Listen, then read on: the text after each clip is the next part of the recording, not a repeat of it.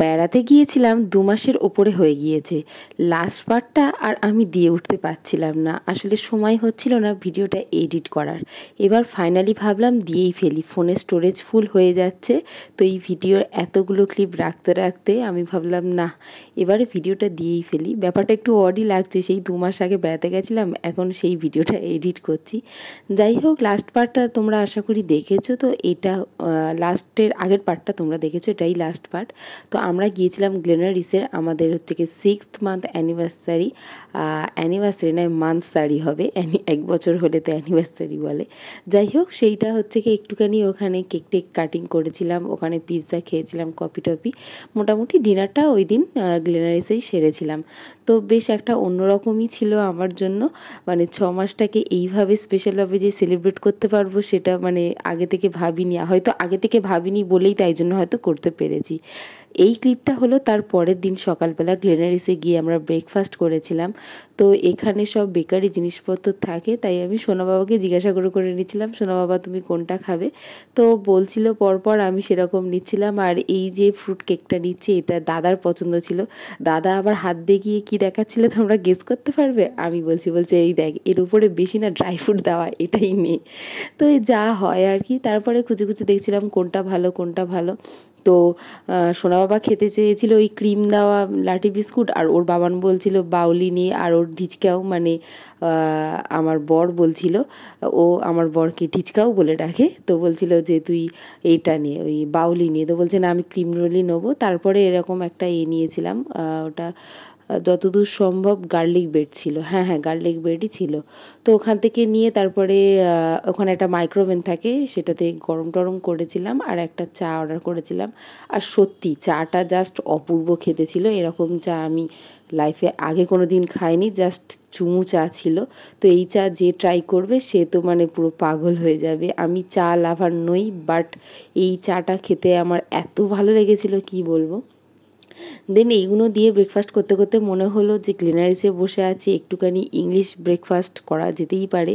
তো কী খাওয়াবে, তাই জন্য বললো ডিমের পোচ আর সসেজ খাওয়া যেতে পারে। সসেজটা অবশ্যই চিকেনেরই নিয়েছিলাম, পক ওরা বলেছিল, বাট কেউ আমরা পক খেতে রাজি ছিলাম না, তাই জন্যে চিকেন সসেজ আর ডিমের পোচ নিয়েছিলাম। তো এটাও বেশ খেতে ওকে ছিল, অতটাও খুব ভালো যে বলবো তা নয়, ওই দামটাই যা নিয়েছিল।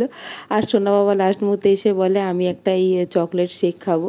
তা ওর বায়না রাখার জন্য চকলেট শেক নেওয়া ছিল, আর বলছে কেমন খেতে? বলছে দারুণ দারুণ। মানে ওর মুখের এক্সপ্রেশন দেখে আশা করি বুঝতেই পেরে গেছো। তারপরে আমরা এখান থেকে ব্রেকফাস্ট সেরে নিয়ে আমাদের সকালেই বেরিয়ে যাওয়ার কথা ছিল, কারণ আসলে সাইট সিন দেখতে দেখতে আমরা যাব, কারণ আজকেরই বিকেলেই আমাদের ট্রেন ছিল। তো যাওয়ার আগে ও বলছে একটুখানি বসে একটু দার্জিলিং শহরটাকে দেখে নিই। তো ফাইনালি আমরা তারপরে রুমে গিয়ে লাগেজটাকে গুছিয়ে নিয়ে বেরিয়ে পড়েছিলাম। দেখো সোনা বাবা যাচ্ছে। সোনা বাবা কিন্তু ওর লাগেজ ও নিয়েছে, এর জন্য পুরো ট্রিপেও প্রচুর বকা খেয়েছে ওই লাগেজটা নিয়ে যাওয়ার জন্য, কারণ ও উঁচু নিচু জায়গায় হোঁচট খাচ্ছিল, তাও ওর লাগেজ ও কাউকে দেবে না। এটাই হচ্ছে কি ওর একমাত্র লক্ষ্য ছিল যে আমি আমারটা নিয়ে যাব। তারপরে ওখান থেকে সাইট সিন করতে করতে যাচ্ছিলাম। আর এই হলো পাহাড়ের ব্যাপার, এই বৃষ্টি এই শুকনো। তো যখন যাচ্ছিলাম এত কুয়াশা আর এত বৃষ্টি, মানে সামনে মানে কি বলবো, 1 হাত দূরে কি হচ্ছে সেটাই পর্যন্ত দেখা যাচ্ছে না। তারপর গিয়েছিলাম লেপচা জগতে, আর লেপচা জগতের এই ওয়েদারটা জাস্ট ওয়াও লেগেছিলো। মানে আমার তো দারুণ লেগেছিলো, মানে একদম ধোঁয়া ধোঁয়া, একটু হন্টেড এরকম ফিল আসছিলো। যাই হোক, আমার ভালো লেগেছিলো। আর এইটা ছিল সীমানা ভিউ পয়েন্ট। এখানে দাঁড়িয়ে ওই কুচকাচ কিছু কিনেছিলাম, আর হচ্ছে গিয়ে এখানে একটুখানি খেয়েও নিয়েছিলাম। তোমার কি খেয়েছিলাম, হ্যাঁ ম্যাগি মোমো এইসব খেয়েছিলাম। তো সব ক্লিপ তো নেওয়া সম্ভব হয়নি, তাই এই ম্যাগিটা খাচ্ছিলো, তাই আমি ভাবলাম দাঁড়াও তোমার একটা ভিডিও করে দিই, তুমি সীমানা ভিউ পয়েন্টের সামনে দাঁড়িয়ে যে ম্যাগি খেয়েছো তার তো একটা থাকবে। আসলে কিছুই নয়, আমার ব্লগ করার একটাই মেন উদ্দেশ্য প্রথম থেকেই ছিল, আমি আজ থেকে যখন 5-10 বছর পরে মানে দেখব, এই যে মেমোরিগুলো কালেক্ট করে এই এতে রাখা আছে সেটাই যেন আমি দেখতে পারি। কারণ ফোনে সারা জীবন থাকবে না, আমি জানি কোনো না কোনোভাবে ডিলিট হয়ে যাবে। সেই জন্যই আমার ব্লগিং করা স্টার্ট।